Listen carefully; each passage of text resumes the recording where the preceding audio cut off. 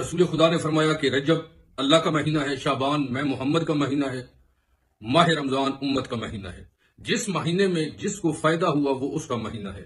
رجب میں وہ آیا جس نے اللہ کو اللہ منوایا، شعبان میں حسین ابن علی آئے اور رسول نے کہا حسین منی و انا من الحسین، حسین مجھ سے ہے اور میں حسین سے ہوں۔ اور یہ ماہ امت کے لیے کیوں کہا؟ اس میں مغفرت ہے، بخشش ہے، رحمت ہے، عزت ہے، رفتیں ہیں۔ یہ امت کے گناہوں کے بخشش کے لیے مہینہ ہے۔ اس ماہ رمضان میں 7 رمضان المبارک کو امیر المومنین علی بن ابی طالب کی والدہ جناب ابو طالب کی زوجہ اور رسول خدا کی پالنے والی ماں کی وفات کا دن ہے۔ 10 رمضان المبارک زوجہ رسول خدیجۃ الکبریٰ ملکۃ العرب کی وفات کا دن ہے۔ 13 رمضان المبارک صحابی رسول حضرت قمر کی وفات کا دن ہے۔ 14 ماہ رمضان المبارک حضرت مختار ثقیف کی شہادت کا دن ہے۔ 15 رمضان المبارک امام حسن ابن علی علیہ السلام کی آمد کا دن ہے۔ 17 ماہ رمضان کو جنگ بدر ہوئی۔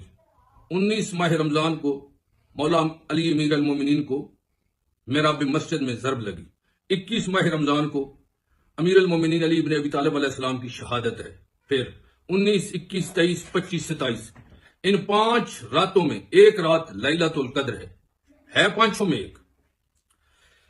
جتنا ہو سکے اس ماہ میں آسانیاں پیدا کریں، غربا مساکین یتیم کا خیال رکھیں۔ ایک بات آپ کو بتاتا ہوں، کھانا کھانے میں اتنا مزہ نہیں جتنا کھانا کھلانے میں مزہ ہے۔ کوشش کریں، کیونکہ اللہ نے یہ روزے اس لیے ہم پہ فرض کیے ہیں تاکہ ہمیں بھوک اور پیاس کی شدت کا احساس ہو اور ہم غربا مساکین اور یتیم کا خیال رکھیں۔ اور رہی بات افطاری کی، قرآن میں اللہ کہہ رہا ہے سورہ بقرہ 187 نمبر آیت، وَآتِیمُ الصِّيَامَ ثُمَّ آتِیمُ الصِّيَامَ إِلَى اللَّيْلِ، روزے کو پورا کرو رات ہونے تک، مغرب کو نہیں۔ مغرب اور رات میں فرق ہے۔ مغرب وہ وقت ہے طلوع شمس کے بعد جو آسمان پہ سرخی ہوتی ہے اس کو مغرب کہتے ہیں، اور 10 سے 12 منٹ بعد جب وہ سرخی زائل ہو جائے اور اندھیرا چھانا شروع ہو جائے اس کو لیل کہتے ہیں۔